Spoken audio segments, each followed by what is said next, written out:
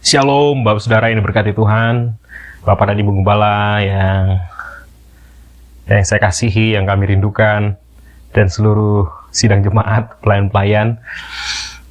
Udah kangen ya, pengen kembali ke gereja, pengen kembali ke tanah air. 1 bulan sudah lebih kami ada di sini, di Austin, Texas, Amerika Serikat. Dan udah mulai kangen bakso,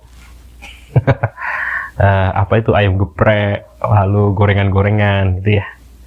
Tapi tentu yang paling kangen adalah bersama beribadah di gedung yang baru yang terus kita lihat Tuhan proses untuk disempurnakan. Maka Bapak Saudara yang berkati Tuhan, mari kita tetap saling mendoakan supaya kami di sini tetap sehat-sehat, Bapak Saudara juga sehat-sehat. COVID di Texas ini menurut berita yang kami dapatkan itu juga sedang naik, tertinggi sejak Januari 2022 menurut berita. Dan ada cacar monyet ya, katanya udah nyampe berita ke Indonesia pasti. Maka mari kita tetap saling mendoakan supaya kami nanti pulangnya dari sini tidak membawa virus apapun lah. Yang penting kita tetap sehat. Yang kami bawa adalah kabar baik.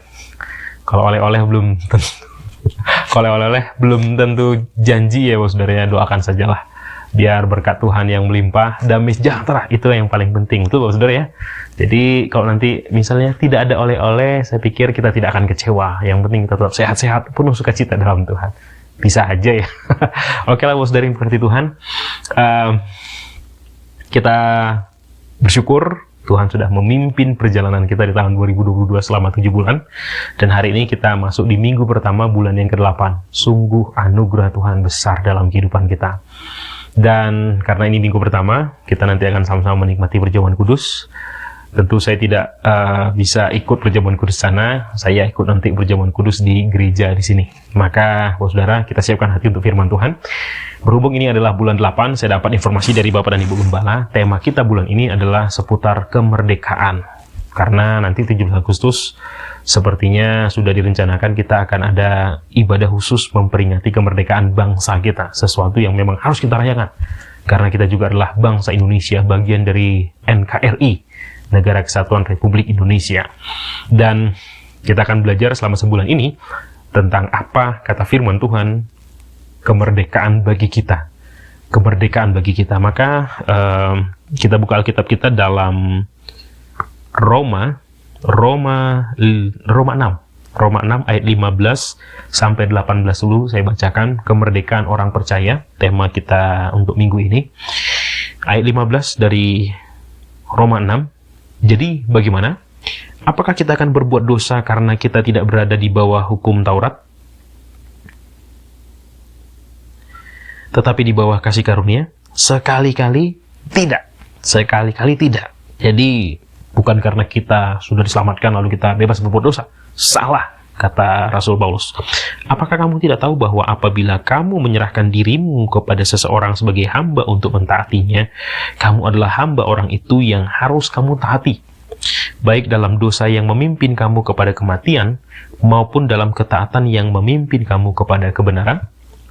Tetapi syukurlah kepada Allah, dahulu memang kamu hamba dosa, tetapi sekarang kamu dengan segenap hati telah mentaati pengajaran yang telah diteruskan kepadamu. 18. Kamu telah dimerdekakan dari dosa dan menjadi hamba kebenaran. Jadi ada hal yang terus akan kita pelajari tentang kemerdekaan. Dan saya mengajak kita melihat gambar ini terlebih dahulu. Mungkin tidak terlalu familiar kita dengan gambar ini, Bapak Ibu. Saya juga tidak terlalu familiar, tetapi orang ini bernama Dietrich Bonhoeffer, lahir tahun 1906 dan meninggal 1945. Dia seorang Jerman. Kalau kita lihat kelahiran sampai kematiannya, orang ini berada dalam masa-masa kejayaan Jerman di bawah kepemimpinan Hitler dengan Nazinya. Nah, yang menarik adalah, Bapak Saudara, ini adalah seorang hamba Tuhan yang waktu Hitler berkuasa di Jerman, yang dia membasmi banyak orang Yahudi, tidak kurang dari 6 juta orang Yahudi dibasmi dengan cara yang begitu keji, kejam, mengenaskan lah pokoknya Saudara, di berbagai kamp konsentrasi waktu itu. Hitler memaksa gereja untuk mendukung dia. Dan gereja akhirnya terbagi dua. Ada yang menyangkali hati nurani sehingga ya udah cari aman dan mendukung kebijakan-kebijakan Hitler. Tapi puji Tuhan, ternyata ada juga gereja yang berani tetap berdiri sebagai hamba kebenaran, tidak mau mendukung kekejaman seperti ini. Dan salah satu tokoh yang sangat berpengaruh waktu itu adalah pendeta Dietrich Bonhoeffer ini. Dia sempat mengasingkan diri di Amerika Serikat untuk menghindari konflik di negaranya waktu itu.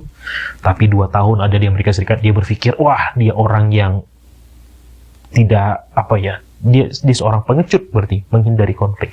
Akhirnya dia kembali dan berjuang bersama-sama dengan orang-orang yang juga menentang kekejaman Hitler di negara itu.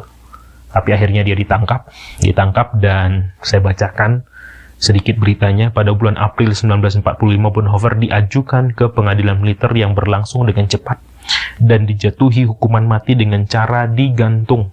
Sama seperti para pembelot versi Hitler, sama seperti para pembelot lainnya, ia digantung dengan kawat untuk memperlambat proses kematiannya. Sebegitu kejamnya Hitler ini. Saya melihat, ini pengakuan dari seorang dokter yang ada di kamp konsentrasi yang melihat eksekusi terhadap Dietrich Bonhoeffer ini. Apa kata dokter tersebut? Saya melihat pendeta Bonhoeffer berlutut di lantai untuk berdoa dengan sungguh-sungguh kepada Allah. Saya sangat tersentuh oleh cara pria terkasih ini berdoa. Begitu saleh dan begitu yakin bahwa Allah mendengar doanya. Di tempat eksekusi, ia kembali mengucapkan doa yang singkat dan kemudian naik beberapa langkah menuju tiang gantungan dengan berani dan tenang. Kematiannya terjadi hanya dalam beberapa saat. Lalu dokter ini melanjutkan kalimatnya, selama hampir 50 tahun saya bekerja sebagai dokter. Perhatikan Bapak Ibu, 50 tahun bekerja sebagai dokter. Sulit menemukan seorang pria yang mati dengan begitu tunduk pada kehendak Allah. Bagaimana kalau kita bayangkan kita ada di masa Perang Dunia II dan berstatus sebagai orang Kristen, ada di negara Jerman, melihat kekejaman Hitler, tapi Hitler memaksa kita untuk mendukungnya. Apakah kita memilih menjadi gereja yang mendukung, atau tetap berdiri sebagai hamba kebenaran untuk tetap taat kepada kehendak Allah, sekalipun nyawa menjadi taruhannya? Saya pikir semua kita akan menjawab, ya, kami akan memilih seperti Dietrich Bonhoeffer. Tapi jujur, ketika kita ada dalam situasi tersebut, jujur saja, kalut kita Bapak Ibu. Ada dalam situasi seperti itu, rasanya kita ingin cari aman lah, supaya kita tidak harus mati dengan cara mengenaskan seperti itu lah. Kadang kita berkomitmen, tapi komitmen kita itu begitu cepat kita hianati sendiri. Sama seperti yang terjadi dalam peristiwa Keluaran 24. Saya akan bacakan buat kita Keluaran 24. Judul perikopnya adalah upacara pengikatan perjanjian antara Tuhan dengan bangsa Israel. Jadi, ada upacara ikat janji antara Tuhan dengan Israel. Lalu di ayat 3, saya bacakan, lalu datanglah Musa dan memberitahukan kepada bangsa itu segala firman Tuhan dan segala peraturan itu, maka seluruh bangsa itu menjawab serentak, segala firman yang telah diucapkan Tuhan itu akan kami lakukan. Keren kan Bapak Ibu? Wah, Israel bilang dengan yakin, kami akan melakukan segala perintah Tuhan.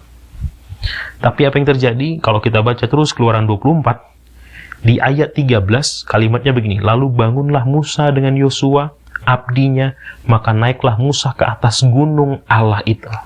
Nah, sejak itu, Musa itu naik ke gunung Sinai. 40 hari lamanya dia ada di sana. Dia bercakap-cakap dengan Allah.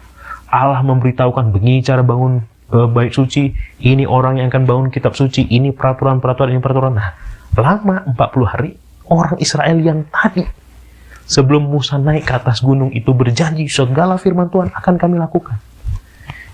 Dalam Keluaran 32 kalau kita baca judul perikopnya anak lembu emas, Jadi orang-orang Israel yang di Keluaran 24 itu berjanji segala firman Tuhan akan kami lakukan. Begitu menghadapi situasi yang tidak mereka inginkan, Musa tidak bersama dengan mereka. Mereka pikir Musa ini jangan-jangan udah mati. Lalu mereka mendesak Harun untuk membuat Allah untuk mereka sembah. Alkitab mencatat, untuk pertama kalinya bangsa Israel di padang gurun dengan motivasi, dengan keinginan sendiri menyembah Allah itu ialah peristiwa anak lembu emas. Ini bukan Allah tentunya. Ini Allah dalam huruf kecil yang dibuat oleh tangan manusia, disembah.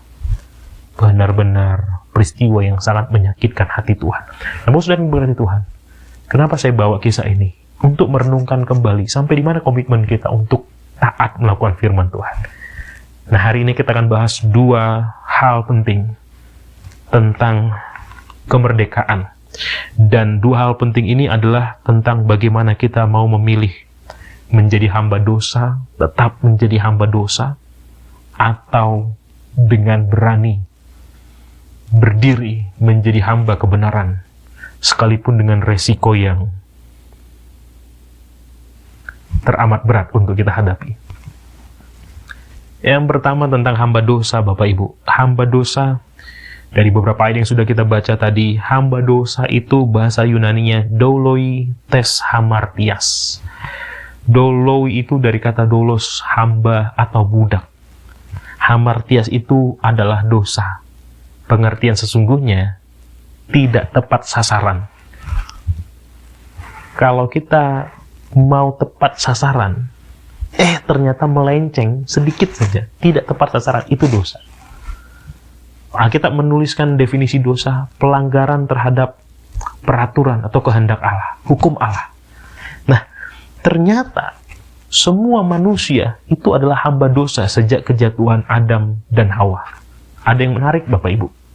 Ketika Adam dan Hawa di Taman Eden itu digoda oleh si ular, maka godaannya adalah tentang, ada yang ingat Bapak Ibu? Tentang makanan. Semua pohon dalam taman ini boleh kau makan buahnya. Wah, itu diputarbalikkan oleh si ular, digoda. Tentulah Allah berfirman, jangan sekali-kali kau makan buah ini. Nah, menarik, tentang makanan, godaannya tentang makanan. Masih ingatkah Bapak Ibu tentang godaan si iblis terhadap Yesus ketika Yesus berpuasa 40 hari padang gurun? Pencobaan pertama adalah tentang makanan. Maka Bapak Ibu Saudara yang diberkati, mari setiap kali kita makan, ini ternyata sesuatu yang teramat penting. Kejatuhan manusia ke dalam dosa sehingga runtuhlah kebaikan, sehingga mulailah segala sakit, pergumulan, maut masuk menjalar dosa. Itu diawali dengan dosa, dan godaannya adalah tentang makanan. Puji Tuhan, Yesus tidak tergoda, dan jawaban Yesus adalah manusia hidup bukan dari roti saja, tapi dari setiap firman Tuhan yang keluar dari mulut Allah. Itu jawaban yang keren banget, Bapak Ibu. Padahal Yesus lagi lapar-laparnya itu. Yesus, Tuhan yang jadi manusia, mengerti dia rasa lapar. Saudara yang berarti Tuhan, ketika kita ada dalam kebutuhan yang kita pikir, wah udah sangat mendesak, masih ingatkah kita firman Tuhan ini? Manusia hidup bukan dari roti saja, tapi dari setiap firman Allah yang keluar dari mulut Allah. Nah, saudara yang berarti Tuhan, hamba dosa adalah status yang begitu mengerikan.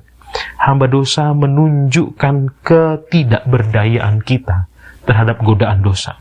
Hamba dosa membuat kita takluk pada dosa, tidak berdaya melawan dosa. Dan dalam Roma 6 ayat 19, saya bacakan buat kita, Roma 6 ayat 19, aku mengatakan hal ini secara manusia karena kelemahan kamu. Sebab sama seperti kamu telah menyerahkan anggota-anggota tubuhmu menjadi hamba kecemaran dan kedurhakaan yang membawa kamu kepada kedurhakaan. Jadi status hamba dosa tanpa kelahiran baru, tanpa karya Kristus yang kita terima dalam kehidupan kita, kita itu menyerahkan tubuh kita menjadi hamba kecemaran, hamba kedurhakaan yang tanpa masa depan. Sehingga status ini adalah status yang begitu mengerikan, dan akhir perjalanannya adalah maut. Jadi manusia tanpa Kristus tidak bisa menyombongkan diri. Maka kalau kita pernah dengar, ada cara menyelamatkan diri dengan berbuat baik, berbuat amal. Tidak bisa menyelamatkan diri kita dengan perbuatan baik kita sendiri. Karena kita mencatat segala perbuatan baik itu ibarat kain kotor. Karena apa? Karena ketika kita masih hamba dosa, budaknya dosa, dosa menguasai pikiran kita. Sehingga ya begitu mudahnya kita dapat musuh. Begitu mudahnya konflik itu menjadi sesuatu yang memiliki daya hancur yang mengerikan. Maka kita tidak mau tentu menjadi hamba dosa lagi. Tapi dengan kekuatan kita tidak bisa mengeluarkan diri dari penjara dosa itu. Puji Tuhan kita punya Kristus, Yesus, Tuhan yang jadi manusia. Dan kita sama-sama mengerti bahwa karyanya, kematiannya di atas kayu salib menggantikan kita, menerima semua hukuman atas segala dosa kita. Yesus sudah berkarya memberikan keselamatan bagi kita dengan cara mati di atas kayu salib.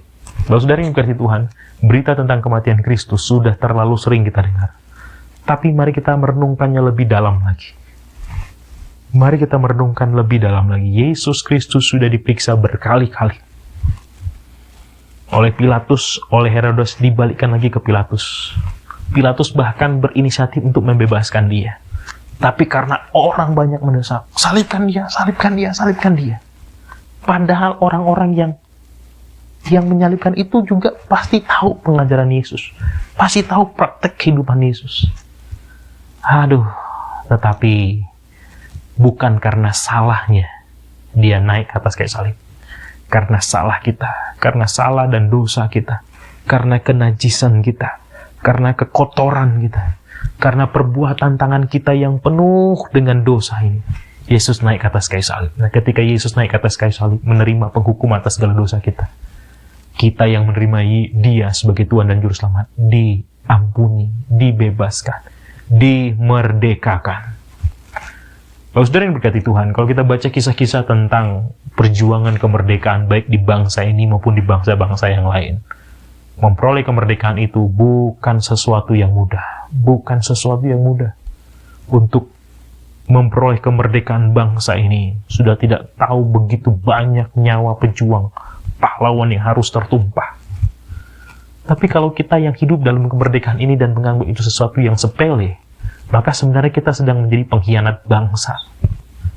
Itu sebabnya ketika kita pun hidup dalam dosa, mengerti tentang kebenaran bahwa Yesus sudah mati menggantikan kita, tapi kita masih hidup bergelimang dosa. Kita masih hidup seolah-olah tidak mau melakukan kehendak Allah. Kita berpikir, tidak perlu melakukan kehendak Allah. Cukuplah aku tidak berbuat dosa. Salah, keliru, kejam. Seperti kita tidak mau menghargai jasa pahlawan, begitulah kita yang tidak mau hidup dalam kebenaran. Berarti masih terus menikmati status menjadi hamba dosa. Bapak saudara yang berkati Tuhan, saya mau mengajak kita merenungkan ini. Kepada para suami yang saya hormati, bapak-bapak yang saya hormati, jangan kita bermain-main dengan dosa. Kepada ibu-ibu, emak-emak yang ada di sini, istri-istri, jangan bermain-main dengan dosa. Dosa bukanlah sebuah permainan. Kita berpikir ini sedikit. Hati-hati Bapak Saudara. Efesus 4 ayat 27 itu satu ayat yang sangat singkat, tapi kalimatnya jelas. Dan janganlah beri kesempatan kepada iblis. Jangan. Iblis kalau diberi kesempatan sedikit saja, sekecil lubang jarum, iblis akan maksimalkan itu untuk membuat lubangnya menjadi begitu besar. Masuk dia, dimasukkan pasukannya, sehingga ketika masuk dalam rumah tangga kita hancur. Karena kalau rumah tangga sudah ditongkrongi oleh si iblis, karena kita buka celah terhadap dosa, habis, sudah habis. Sudah tidak tahu berapa banyak keberhasilan si iblis menghancurkan dan menjatuhkan orang-orang hebat, termasuk di Alkitab. Adam dan Hawa yang adalah ciptaan tangan Tuhan langsung berhasil digoda. Siapa kita yang kok merasa kuat? Ngapain harus ke gereja? Bisa kok aku sendiri. Kadang-kadang aku malah lebih baik daripada orang yang lebih rajin ke gereja. Itu bukan menjadi standarnya. Ketika kita mengerti hamba dosa, kita tinggalkan status hamba dosa dan datang kepada Tuhan. Karena Tuhan sudah terlebih dahulu datang kepada kita untuk menunjukkan kasih-Nya yang besar. Karena Dia tahu hamba dosa akan benar-benar berujung kepada maut, kematian, penyesalan. Saudara yang berarti Tuhan, ini menjadi perenungan bagi saya, bagi kita semuanya. Sebab sampai sekarang tidak ada satu orang pun di bawah kolong langit ini yang imun terhadap dosa, yang kebal terhadap dosa. Waduh. Saudara yang berkati Tuhan, di mana saja, kapan saja, di gereja, di rumah, di sekolah, di kantor, mari kita ingatkan diri kita, kita bukan lagi hamba dosa. Dosa bukan lagi untuk dinikmati, dipermainkan.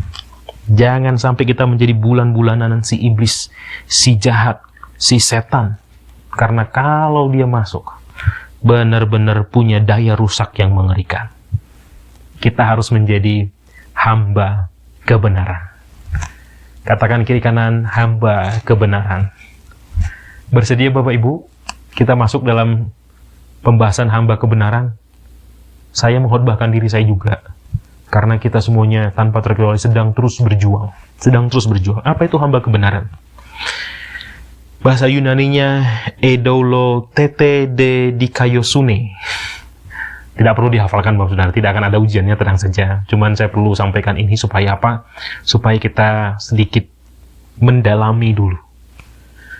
Dikaiosune itu artinya kebenaran, keadilan, kebajikan.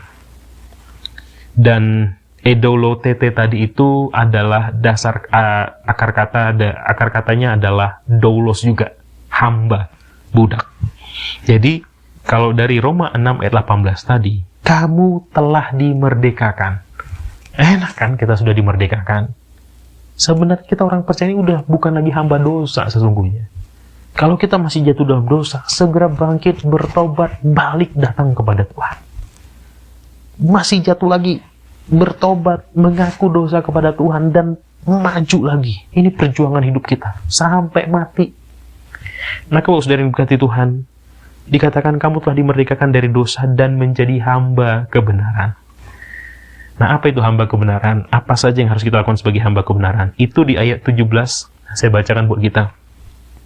Sekarang kamu dengan segenap hati telah mentaati pengajaran yang telah diteruskan kepadamu. Ternyata, kalau sudah berarti Tuhan, hamba kebenaran tidak jauh-jauh dari kehidupan yang mentaati firman Tuhan. Waduh, balik-balik ke taat ya, saudara ya. Tapi ya mau gimana? Karena untuk pembenaran kita sebagai orang berdosa, Kristus sudah naik ke atas kayu salib. Kasih karunia, zaman kasih karunia, Tuhan tidak menjadi lembek terhadap dosa. Tuhan tidak sedang kompromi dengan dosa sesungguhnya. Nah, dalam perjanjian baru justru standar Tuhan itu lebih jelas. Ada tertulis, benci musuh. Tapi Yesus berkata, enggak, kasihilah musuhmu. Berdoalah buat mereka yang menganiaya kamu. Gigi ganti gigi, kata perjanjian lama. Tapi Yesus berkata, kalau ada yang menampar pipi kirimu, berikan juga pipi kananmu. Waduh, pengajaran yang luar biasa, saudara. Yesus memberikan teladan dalam mentaati pengajaran, dalam mentaati kehendak Tuhan. Buat saudara, mau tetap taat? Taat itu simple, sederhana, tetapi harga untuk menjadi seorang yang taat.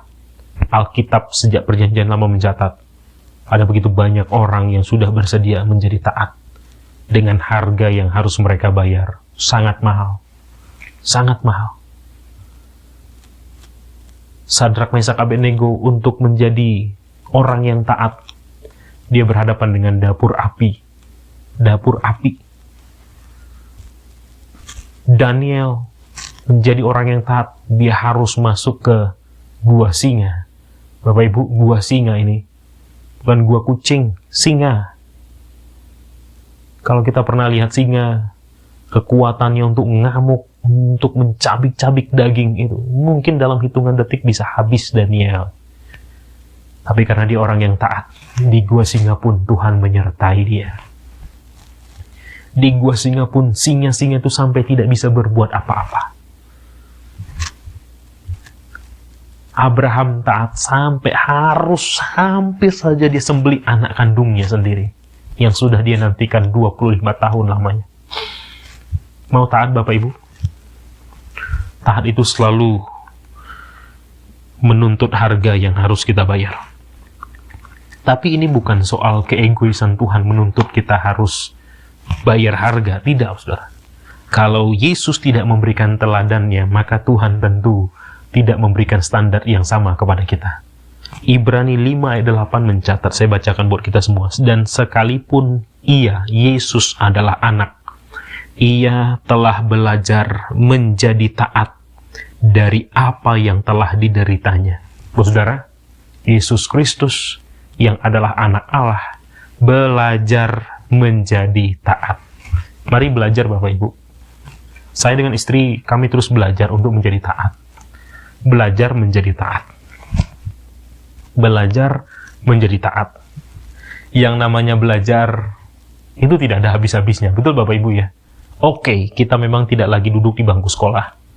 Oke, mungkin Bapak Ibu juga tidak lagi ingat pelajaran-pelajaran apa yang di sekolah. Tetapi yang namanya belajar dalam kehidupan, belajar menjadi istri yang bijaksana, belajar menjadi suami yang baik, belajar menjadi pria sejati. Apa ada habisnya? Tentu tidak. Bahkan kalau kita tanya pun orang yang suami istri yang sudah memperingati pernikahan, ulang tahun pernikahan yang ke-50, ditanya, apa masih terus belajar? Masih terus belajar. Belajar untuk mengenali sesama manusia saja tidak ada proses, tidak ada titik akhirnya Bapak Ibu. Apalagi belajar menjadi taat kepada kehendak Allah. Ini proses yang akan terus dan terus. Jangan menyerah kita ketika kita salah. Jangan menyerah. Namanya belajar. Waktu anak saya belajar berjalan, begitu dia dari merangkak terus jatuh, saya bilang, udahlah nak, nggak usah belajar, udah ngerangkak aja lah terus. Tidak perkembangan dia. Atau ketika anak kita sedang belajar naik sepeda, jatuh sekali luka, kasihan kita, udahlah nak, nggak usah naik sepeda lagi. Sampai nanti besar nggak akan bisa naik sepeda. Kalau mungkin ada di antara ibu-ibu yang sampai sekarang nggak bisa naik motor, mungkin dulu karena takut jatuh, atau mungkin karena pernah dilarang untuk belajar lagi. Karena pernah jatuh, karena pernah trauma. Namanya belajar, saudara. Jadi kalau kita lihat ada saudara kita melakukan kesalahan, nggak perlu menghakimi, nggak perlu dibeberkan ke sana sini. Wah, si itu nggak perlu. Kecuali kita mau menolong dia, datangi, doakan.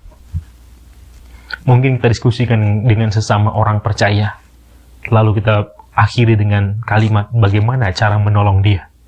Itu baru orang yang mau terus belajar menjadi taat. Karena namanya belajar Bapak Ibu. Namanya belajar.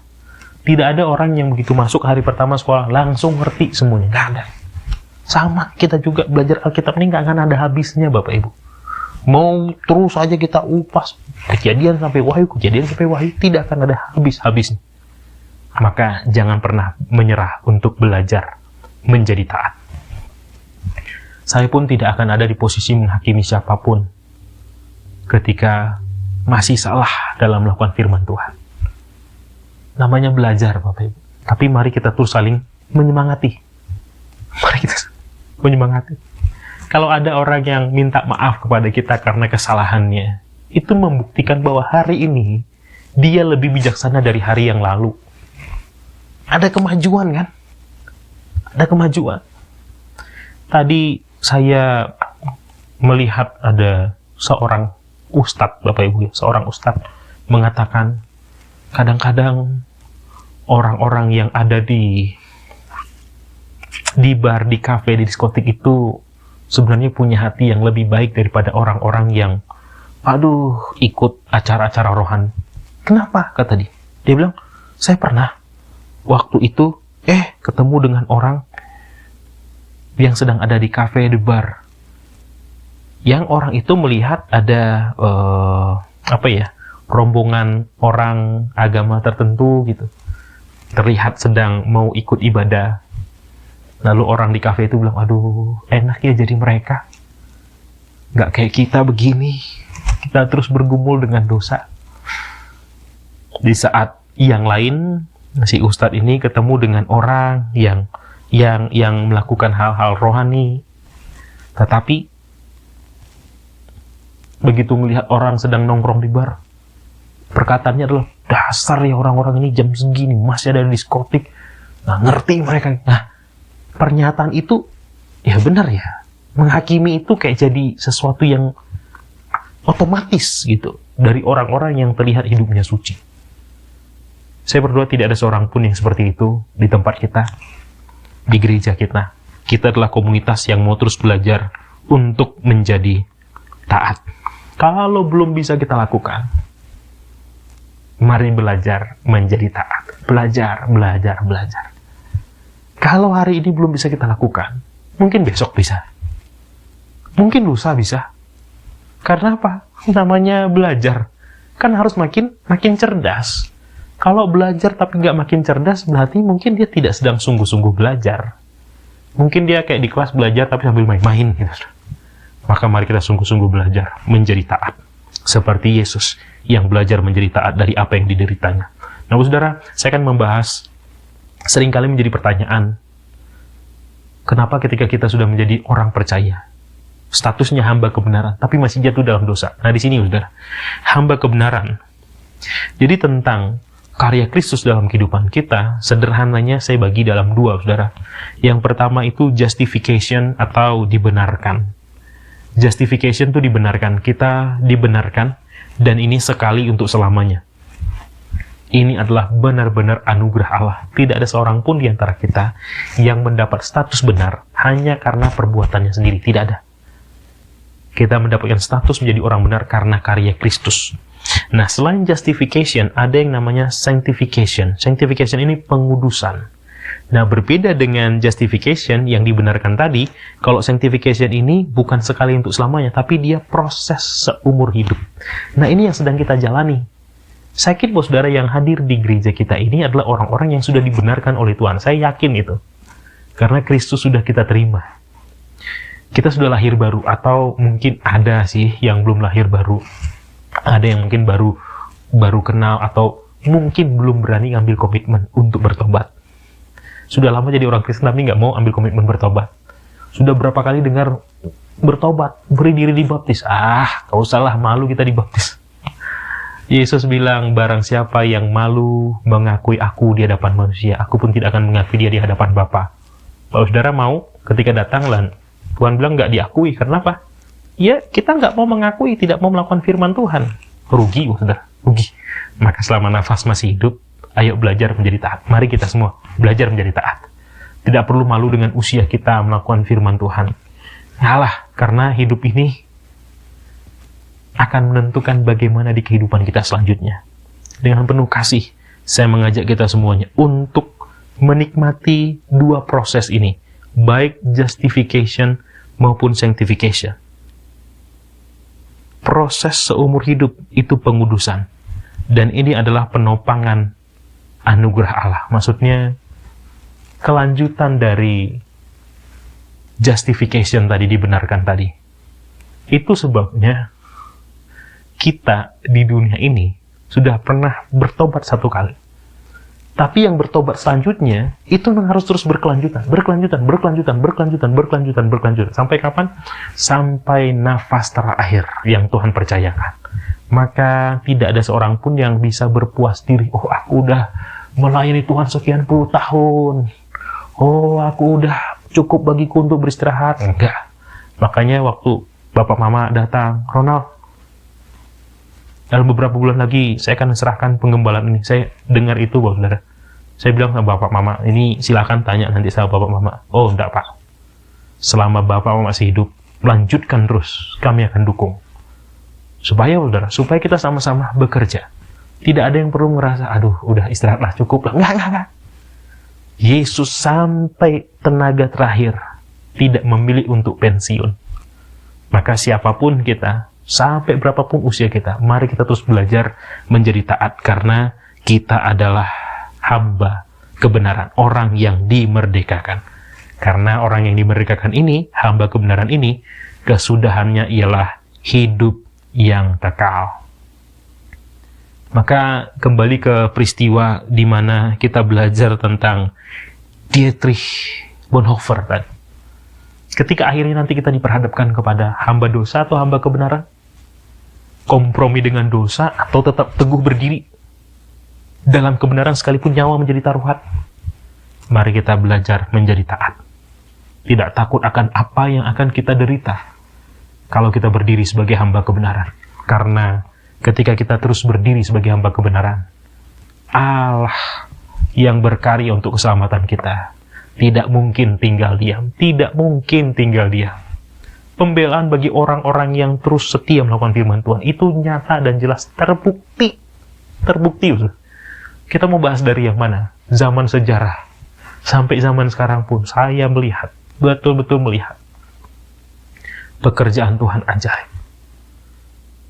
Maka Tuhan pun menghargai orang-orang yang mau terus berdiri sebagai hamba kebenaran. Karena kita adalah orang-orang yang sudah dimerdekakan. Jangan lagi kita menyerahkan diri kita, tubuh kita, untuk menjadi hamba kecemaran. Maka mari saudara kita renungkan firman Tuhan ini. Di bulan ini kita diingatkan bahwa kemerdekaan itu sudah Tuhan kerjakan dalam kehidupan kita. Jangan lagi kita mundur. Jangan lagi kita menjadi hamba dosa. Jangan lagi bermain-main dengan dosa. Jangan lagi menikmati enaknya nikmatnya dosa. Jangan sampai kehidupan kita dihancur, dilululantakkan oleh si iblis yang begitu menggoda kita. Mari kita berdoa, ambil waktu sejenak untuk merenungkan firman Tuhan. Haleluya, terima kasih Tuhan. Terima kasih. Kami siapkan hati kami juga nanti untuk perjamuan kudus, bersekutu dengan tubuh dan darah Yesus. Haleluya. Mari sama-sama kita renungkan firman Tuhan. Kita naikkan pujian kita menuju Bukit Golgota. Kita perhatikan kata demi kata dan kita nyanyikan dengan penuh penghayatan bahwa sungguh-sungguh Kristus sudah memerdekakan kita dari hamba dosa menjadi hamba kebenaran. Jangan lagi kita mengkhianati kebaikan Tuhan, kasih Tuhan yang begitu besar, dengan menjadi hamba dosa, dengan menyangkali kasih karunia Tuhan, dengan tidak mau berdiri sebagai hamba kebenaran. Mari bersama-sama kita belajar menjadi taat dari apa yang akan kita derita. Terima kasih Tuhan. Terima kasih. Pelayanan selanjutnya kami serahkan kepada Pak Gembala. Terima kasih.